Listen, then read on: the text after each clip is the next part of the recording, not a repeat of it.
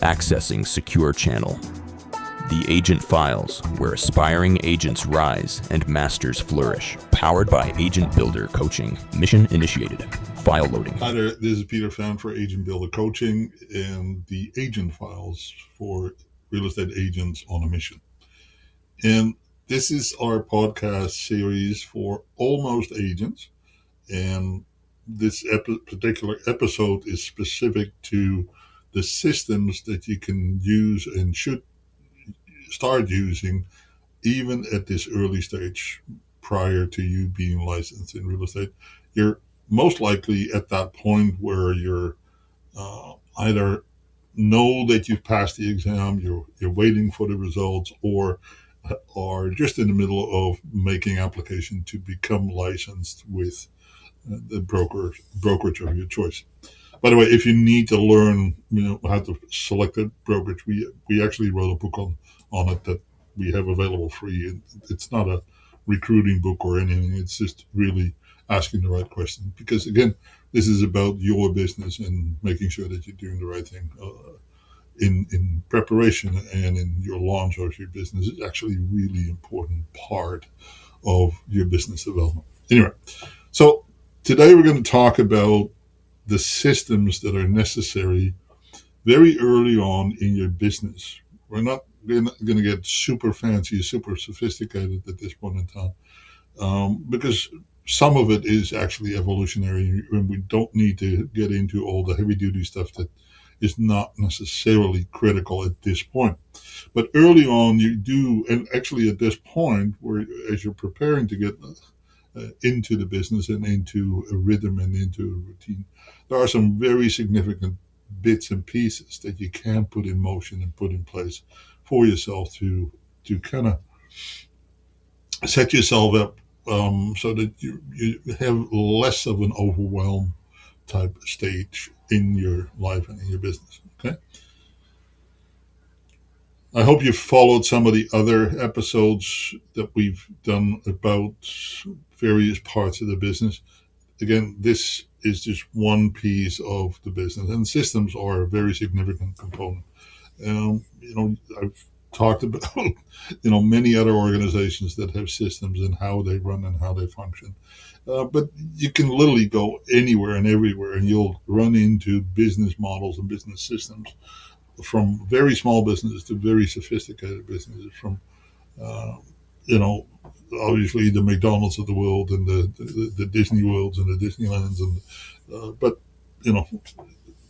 Amazon, a doctor's office, a financial planner, a mortgage broker. They will all have their own ways of doing their business, and it doesn't mean that they're all the same, but they are all to some degree systematized to a point where it generates predictable results. And that's oftentimes one of the key benefits. The other part is that it kind of eliminates duplication and missing things, right? So you don't rise to the level of your goals. You tend to fall to the level of your systems, by James Clear. It's a very profound quote, actually, in the sense that it's so true. It is scarily true. Okay. Why does infrastructure matter so much in this business? Well, let me take one step back from what it all says there. Just think about this for a moment. You're starting in real estate, right? You've now started to understand and realize that, hey, there's a bit more to it than buying and selling houses and driving around in fancy cars and all dressed up and, some place to go, so to speak. It is a business, and in the business, there's so much activity and so many bits and pieces that take place that are not necessarily obvious in front of the consumer, that take place each and every day and have to take place. Now, if this was a job, that you would have somebody telling you what to do, when to do it, how to do it, where to do it, why to do it. In real estate, that doesn't take place. As a matter of fact, that's taking place less and less and less, because more and more the brokerages have kind of put their hands up and say, well, here is the manual and fly at it and hope that somewhere along the way that you figure it out. Now, there are some brokers that still have training, but it's typically training on their terms, meaning that here is the schedule. You show up Monday morning, 9 o'clock, and we're going to talk about writing contracts. It doesn't matter whether you have anybody that needs a contract right now. Right? So you oftentimes learning stuff in a very structured, traditional fashion, not necessarily in sync with where you are in your business right now. So even though there may be really good training, and I'm not criticizing their training and their efforts or the quality of the materials, it is that it's not always realistic to go through these training programs and then assume that now all of a sudden you know everything there is to know about the business, because the business runs on its clock, not necessarily the clock of your training schedule, and that can make it very um, inconvenient, as a matter of fact, because stuff will happen at times that whatever material that you need or whatever resource, whatever support that you need, is just not there, right? At 10 o'clock at night, if there's a panic call from a buyer or a seller saying, hey, I need this, that, or whatever, and you don't know where to go, it's not like you're going to find, a live person, most likely, that actually can solve the problem. Now, AI can help a little bit, and yes, there are managing brokers that are sometimes available at reasonable hours, but I wouldn't rely on it, is what I'm getting at. So, again, this is a business, right? And therefore, you preparing for it as a business is just common sense. And systems is one way that you can, create checks and bounds and checklists and processes and standard operating procedures. And you can beg, borrow, and steal them from other people, right? Everybody has something. Even if you, I'm going to give you a hint here or a tip here that you may find useful. If you go to Etsy, right, a resource online for all kinds of stuff, and artsy stuff, but also business related stuff, and you look up, I don't know, real estate agent systems, I'd be tempted to say that you're going to see 10, 20, maybe 30 different packages of real estate related operational systems outlined with checklists and what have you, that you can purchase at relatively little cost. So that you have at least some templates. Now, your office, your company may have something, and maybe some other stuff out there. But I'm just, so it's not hard to find systems, is what I'm getting at. Implementing and staying consistent with them and making them your own, that's the hard part. Particularly the consistent implementation. So having systems is one thing, using them and implementing them consistently, that's actually the harder part. All right. So as what the page says, real estate is a business. It's not just a job, and systems do absolutely create some level of consistency and efficiency. Even though I'm already cautioning you, saying that just having a checklist on the shelf doesn't mean that you're going to use it. So it does require commitment to that system. The good thing about once it becomes a rhythm, part of your kind of momentum, part of your routine, and it works and it generates the results that you're looking for, then implementation is no longer an issue. It's part of your pattern, part of your habits, and that's a good thing, right? The other part of systems, and it's one that we don't necessarily talk about it at this point, but somewhere in the future, a whole bunch of these tasks, roles, responsibilities, you may find that you want to delegate to something else or somebody else, whether it is AI or a person or a virtual assistant or an actual person in your office. Having, therefore, a documented system now becomes critical, because you can't delegate it until you have articulated it. Right? It's just impossible to say to somebody, now go fix me, right? Without you telling the person that you want their help, what it is that you actually want fixing. And if you haven't documented your systems, your processes, your steps, then they have to start from scratch. Well, that's never going to end well, because what you have in your head, right, it is guaranteed to be different from what the VA or the in-person assistant is going to come up with as a now to be implemented model. You can't blame them for them because they're not mind readers. So systems really helps with that. It makes it much, much easier to delegate as well. So it also prevents chaos, right? Particularly when things get busy, but even when things are slow, keeps you on track, right? And yeah, it saves you time and, of course, in the long run, a lot of money. So here are some core systems that you can work on right now. If you're not licensed right now, that's fine. Work on this. Right? Get yourself um, your own email, ideally on your own domain. Doesn't have to. As a matter of fact, I have both. And I use them interchangeably. I don't have a particular preference. Although I have to, if I'm really honest, I actually use my Gmail account probably more than my domain email.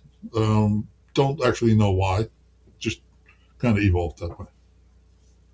But absolutely have a domain, whether that's your name or whether it is something that represents you.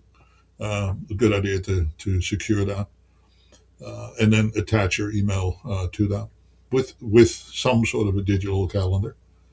Now, I personally don't use Apple, but I understand it's pretty good. They have pretty good tools in there. I've I've been on computers now for well over 40 years. So I've really since before I moved to Canada, I've been using computers in one way or another pretty much every day, all day. So I'm very comfortable with technology and have evolved with technology. I'm not, the world's most tech savvy person, but I can find my way around. But one thing that I did right from the word go said that once I go down this path, this is the path I'm going to keep. So I stayed with a Windows based and a Google based model pretty much from the word go. So even though I understand Apple's logic and I can probably figure out how to work it, I've never actually worked in it.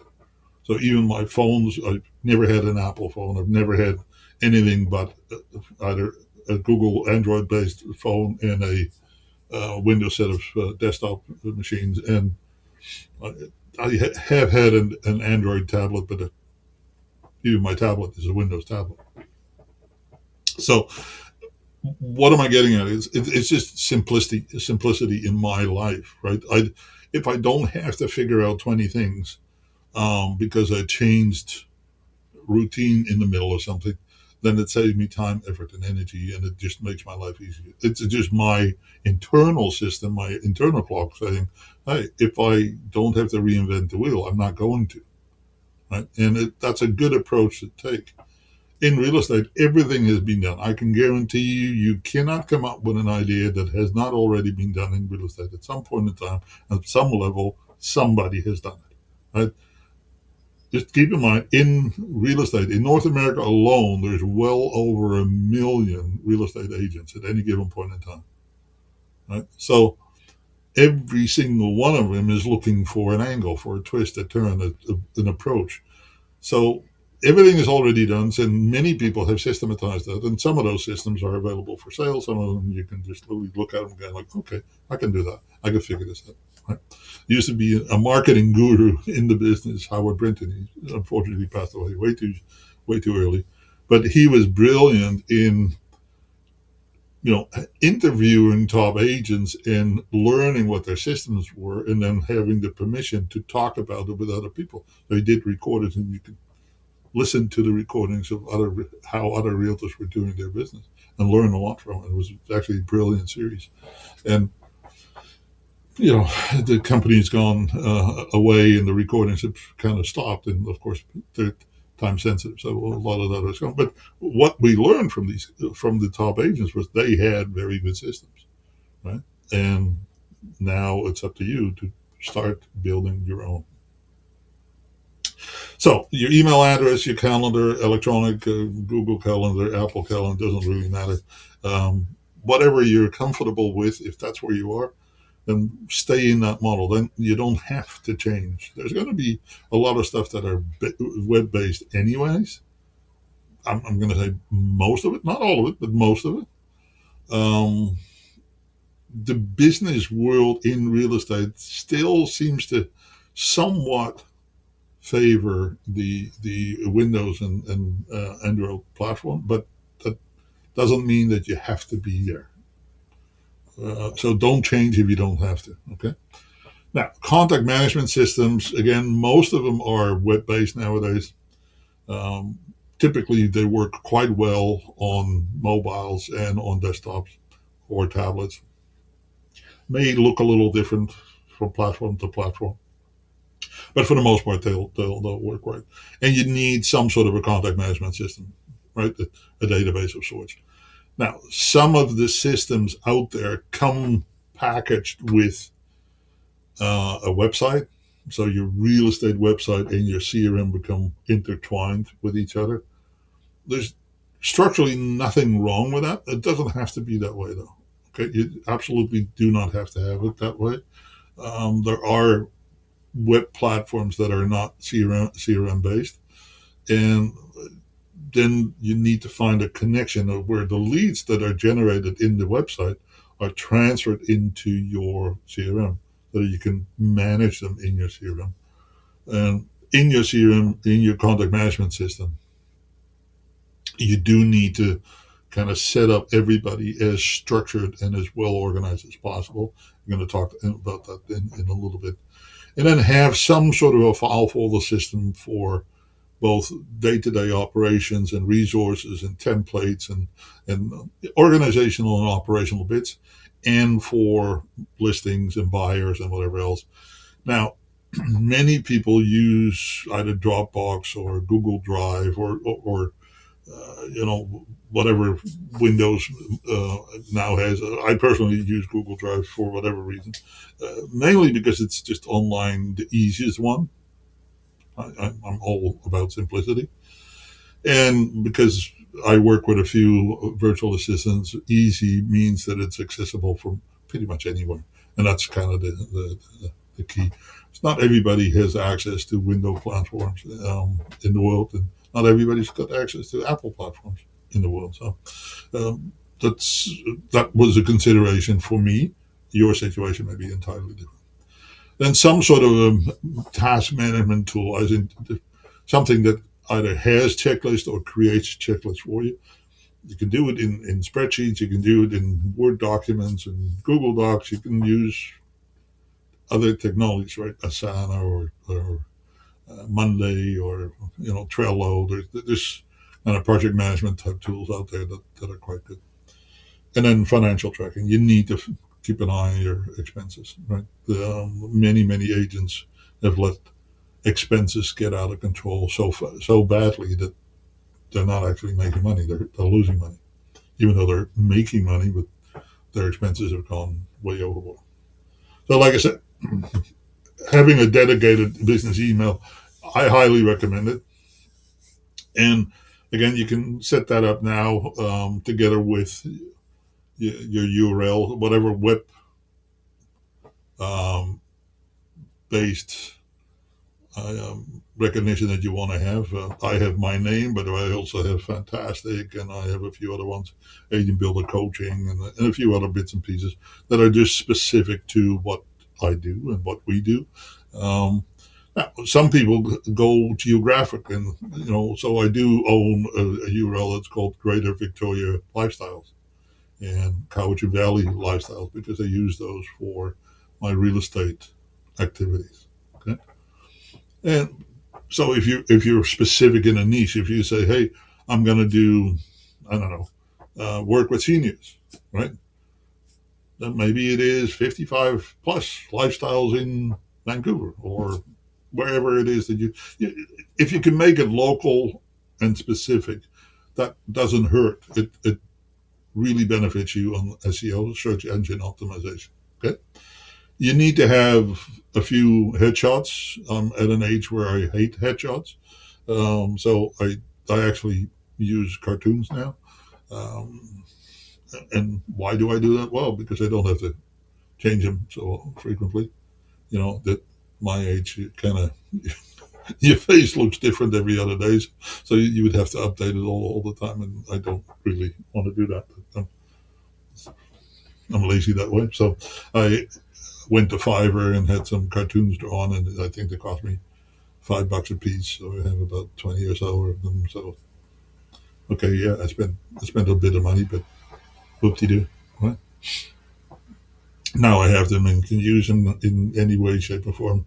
And now I've actually found um, an app that can turn those cartoons into videos. So how cool is that? Anyway, I like playing with technology. But having a professional headshot is important. Thinking about logos may be a good idea. You can certainly think about what your brand is going to be, right? Because that's what you become. You become a brand, okay? And then start thinking about your bio, what you're going to write. Now, if you're tech savvy and you're into AI use, some of these things you can use AI quite well for if you give it the right parameters. It can do a decent write up. Um, I'm I'm going to suggest that certainly in the beginning you want to talk from the heart. What makes you decide to go into real estate? What do you hope to accomplish in it? But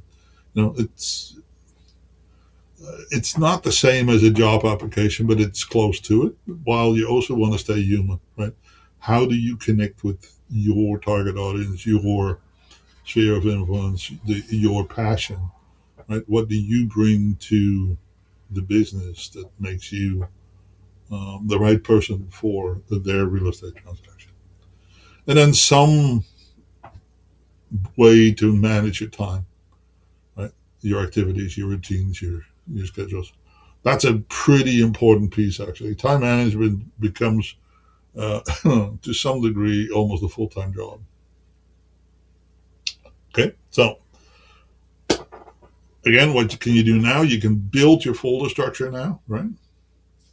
Set up your Google Drive or your Dropbox. How are you going to store stuff? Where are you going to store stuff? How is that structured? Transactions, marketing, lead generations. And so all of your pieces now become findable, right? You may want to create a folder for operations. You may want to create a folder for finances, right? All of these pieces that are recurring and that you need to find a place for. Call it your digital filing cabinet, right? Then start your CRM with your sphere of influence list, right? Build your list right there. Use proper categories and so on and so forth. And then start practice in building some checklists as to transaction flow, paperwork flow. If you already have attended some of the real estate training, practical training, applied practice course, or anything like that, so that you have a better understanding of what actually happens in transactions, you can maybe create a bit of a flow in that.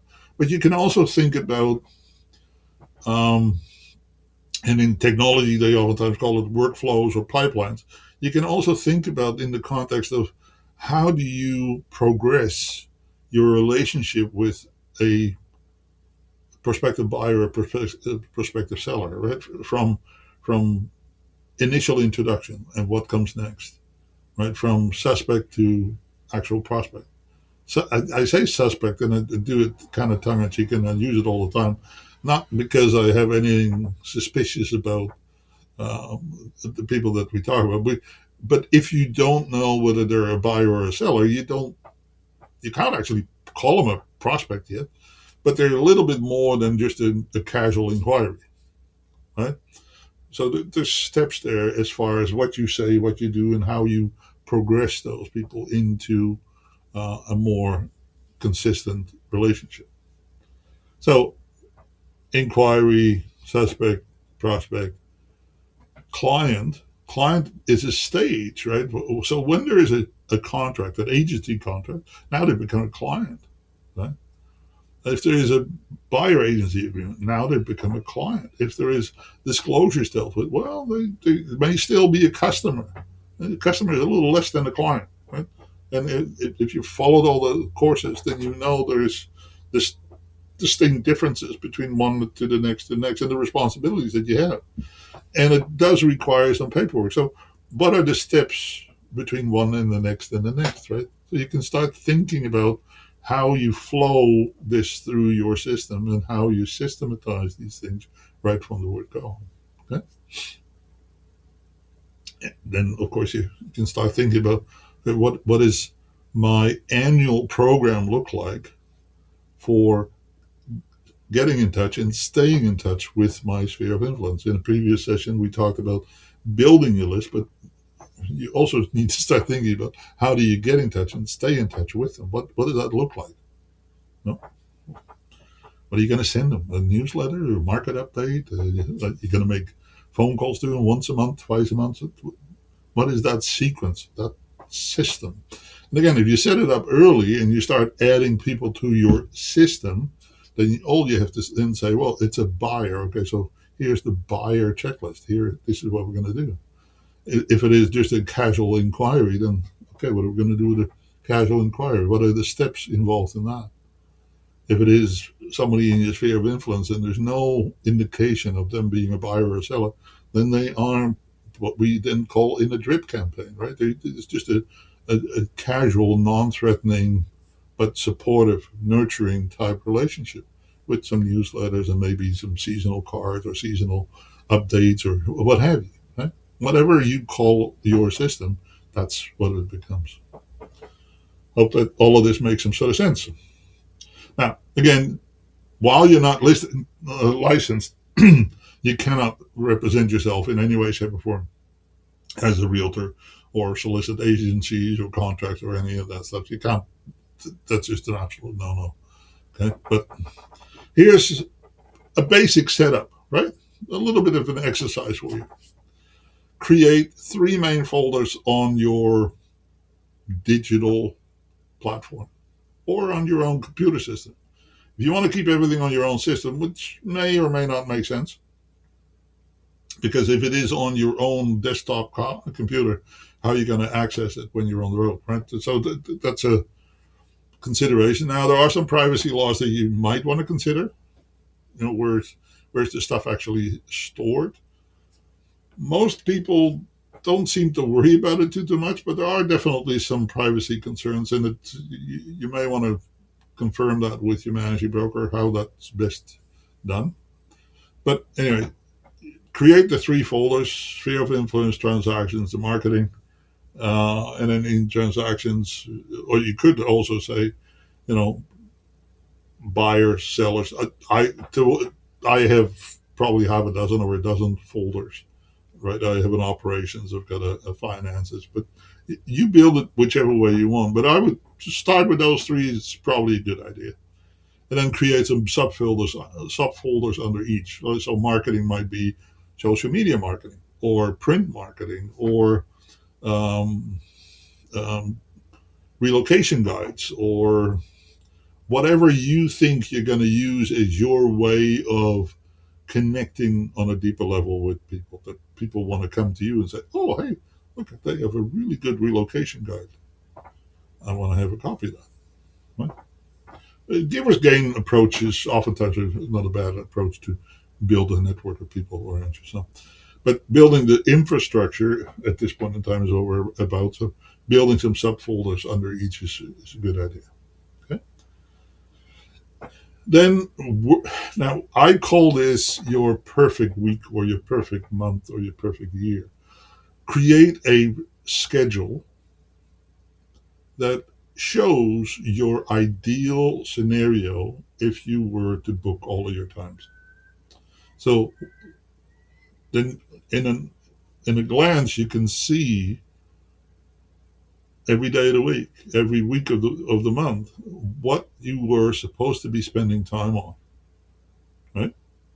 So on a previous session, I've already mentioned a little bit of this, but if you looked at a calendar and said, okay, now my life balance says my evenings are mine. I'm not working in the evenings. Then make it an appointment. So in your calendar, it would say family time or personal time or whatever, but it's an appointment. It's not just kind of a casual statement. It's an actual appointment, right? And if you, I don't know, I go swimming in the morning, so 5:30, that's an appointment. Okay. Now, obviously, I need to go there and come back, so I'm actually in my calendar. It says 5 o'clock swimming. Pool doesn't open until 5:30, but I have my coffee, get ready, go to the pools, do my swim.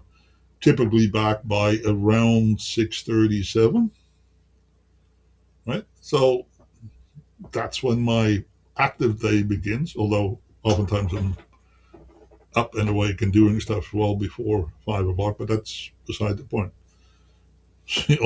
Old people don't sleep. Anyway, um, but so you literally make appointments with yourself is what I'm getting at. So the appointments that you might want to book in there are, like I said, personal time, family time, other commitments that you have, right? Personal or professional. And then you start booking in lead generation time or sphere of influence time. And then appointments with clients. And you just do what we call time blocking in your calendar, in your schedule. So that's where you're going to, commit your times. And then as you start actually filling in actual appointments, then you fill them in on the time blocks where you have reserved that time already. Right? So now it doesn't actually become time creep into other time blocks. No, you keep everything nicely condensed in the time blocks that you've allocated. And it's it's really comforting to know that you can therefore schedule things. And you're not actually fibbing when you say, hey, sorry, I can't meet at 7 o'clock tonight. I have an appointment. Right? You don't have to say to anybody that you have an appointment with your family. You have an appointment. That's not fibbing. It's an appointment, and it's a commitment that you've made, and it's pretty, in my life, a pretty significant and important appointment to keep. Right? Anyway, that's just a little bit about scheduling and using your schedule as a real good personal accountability tool as well, right? Because again, if it's scheduled, if it's booked, you're more likely to stay with it, to stick with it. Right? So your morning says from 9 o'clock till 11 o'clock, I'm doing my follow ups, my sphere of influence marketing. Okay, then in that time slot, who do we need to talk to? Who do we need to see? Who do I need to write? What research do I need to do? What kind of materials do I need to produce in order to get it out to the people, and so on and so forth. Okay, hope that makes sense. Yeah, and make sure that you enter your people in your sphere of influence. We talked about it in the previous session, but this, if you're not licensed yet, this is actually one of your best uses of your time is to build your list, right? Understand who's on your list. Okay, so summary is really infrastructure, right? It's the foundation of your business. It is the core. Just imagine that, and I've used the McDonald's example a couple of times now, but let's use it one more time. Just imagine that McDonald's opens their doors in the morning and the staff walks in and there is no system, right? All of a sudden, people are like, well, what do we do now? Well, we'll make it up as we go today, right? Would be unimaginable, right? Their food would look differently from what it's supposed to look like. Um, the building would look differently. The storage would look differently. The cleanliness would take a beating, and so on and so forth. So everything would all of a sudden start falling apart fairly quickly. Well, for you, building your infrastructure for your business becomes kind of the rock. It becomes your solid, and it in fact becomes a calming aspect to your business, because once you have established it, it's the piece that you can rely upon. It's always there. It's in place. It's I don't need to worry about this part. There's lots of other things that you can worry about, but my operations is now set, because that's what you're doing, right? When you set a system in place and you run it, that becomes now an operational cornerstone of your business, and that can be very, very calming and relaxing, and give you a great deal of confidence. Right? I said in a previous video, somebody's going to be in control of your business, and it ought to be you. So systems help with that, right? So if you start hiring people to do certain things and you have a system, then you can look at the system, right? And you look at the activities that have been produced in the system. So you can hold the system accountable, right? And you can ask your staff person, say, hey, here are the pieces of the system. This is what I want you to do and how to do it, when to do it, where to do it. Right? Do you understand the assignment? And if they say, yeah, we understand the assignment, we can do this, we can work this and make it work. Okay. And so if you then check that all of the tasks, all the responsibilities are done, and you're not getting the results that you expected, then it's not the person, it's actually the system. Right? So then you can look at the steps in the system and say, okay, what needs tweaking? But if you don't know what the activities are, or then what do you need to fix? Well, you don't know. Right? So it's an important infrastructure and very critical part of building a business, not just building a job. Right? It's a fairly significant distinction between the two things. So it also sets you on the right path of getting organized and staying organized. And then, yeah, if you can build the operating procedures, the steps, the documentation with your systems, here are the steps, here's the checklist, and what does that mean? Where does everything go, and why are we doing this? Right? What's the upside of taking these steps and making this as consistent as possible?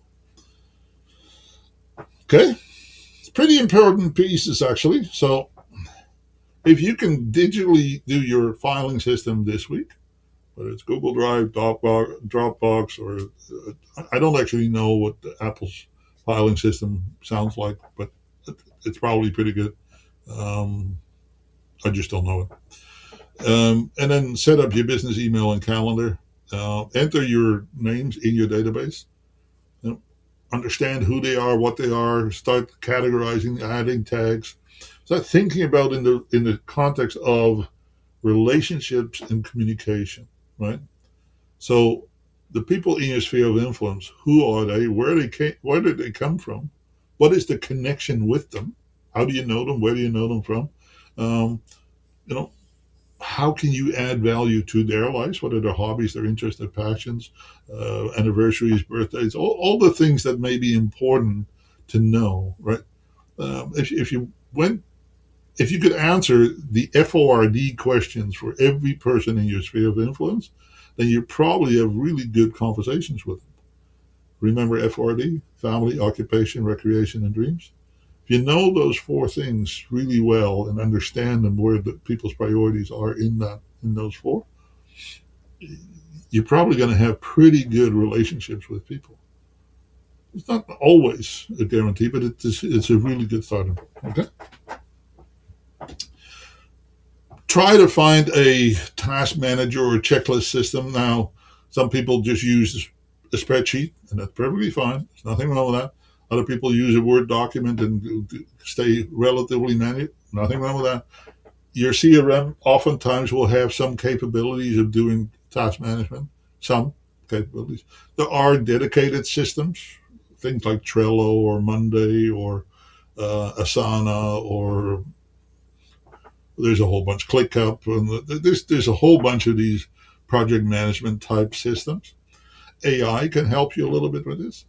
Okay, so um, technology really has become a lot easier, much more accessible nowadays. So there's options here, and many of these will have free account options. So if you're in that exploratory phase, then test some of these things out and how interconnected they can be. Compatibility is a big deal. Okay, it's a big deal. All right. Hope that all works for you. Here's some additional um, reading for you. The Atomic Habits is a really good book for James Clear. It's really about building systems. Um, and then the Checklist Manifesto, well, title kind of says it, really about checklists. And then your first year in real estate with Dirk Seller.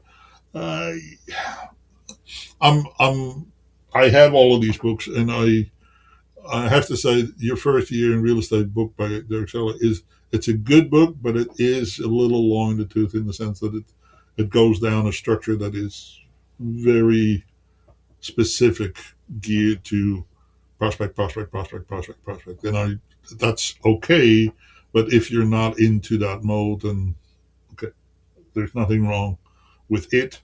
Um, we do a lot of teaching and training based on other people's models, but also our own models. And I have to say that the longer I'm in the business, the less I like this kind of hyped up models. Right? I was brought up in real estate under a model done by a fellow by the name of Floyd Wickman, and his lead generation mantra was, "Well, here's a phone book. Start with A. Start making phone calls until you have an appointment." And guess what you do tomorrow? Well, you get out your phone book and you start making phone calls until you get an appointment. And that was your first 3 months in real estate. Now, it had some solid reasons, by the way. It just kind of hardening yourself to rejection, right? And that's kind of the tough love approach that he took. Nothing necessarily wrong with it, but it's a model that is not quite as um, accepted by the general public anymore. Right? We have do not call days. You got all kinds of technology that prevents it from happening. So it's not quite as user friendly anymore. And frankly, it's so overused that lots and lots of people really resent if they get a cold call. Right? I resent it. So if I resent it, I'm not going to do it. Right? Why would I do something that I personally resent people doing to me? I don't take cold calls. So why would I put other people that I don't know through the same thing that I hate so much myself? It's kind of, I'm not really big on you know philosophical thoughts about this stuff, but uh, I have to be somewhat genuine to my own beliefs here. So I'm going to suggest that you do the same. And the more genuine you are, the better people like you, anyways. Kind of typically. Anyway, I hope systems are something that we've convinced you of that make a lot of sense. And at this time, at this early in the business, and hear what I say here, many agents make the mistake, well, I'll get to it when I get to it. Means that they will figure it out and then think, oh, well, now once I've got it figured out, now I'll document it into a system. That is backwards. You're not going to start building a car and say, oh, let's just go build the car. And then once we've got a working car, then we'll kind of design the plans and the engineering. And it doesn't work that way, right? Of course, you have to plan it, kind of lay it out. So, as we said on the various previous occasions, let's start with the business plan. The business plan will give you some clarity. Your superpower, your understanding as to who you are and how you want to represent yourself is an important piece of that. Looking at the numbers is an important piece of that because now you've got some business goals, some philosophical goals, objectives. You know who you are, where you're coming from, with a general understanding as to how much work it's going to take. Now you can start developing and designing kind of the activities and the systems to get to where it is that you want to go. And then next we're going to, of course, talk about the actual interactions and what have you. So lead generation, prospecting, but also just building solid relationships with people. And that will then generate results, i.e. listing transactions, sales transactions. And that's all part of the process. See, we follow a system. Surprise! Anyway, I hope this was informative and helps you. And if we can help you in any way, shape, or form, please don't be afraid. And have a fantastic week. And we'll talk to you soon. All the best. File saved. The Agent Files. For more missions, agents' tools, and tactical strategies, subscribe and follow the Agent Files, powered by Agent Builder Coaching. Until next time, stay sharp. Your next mission awaits.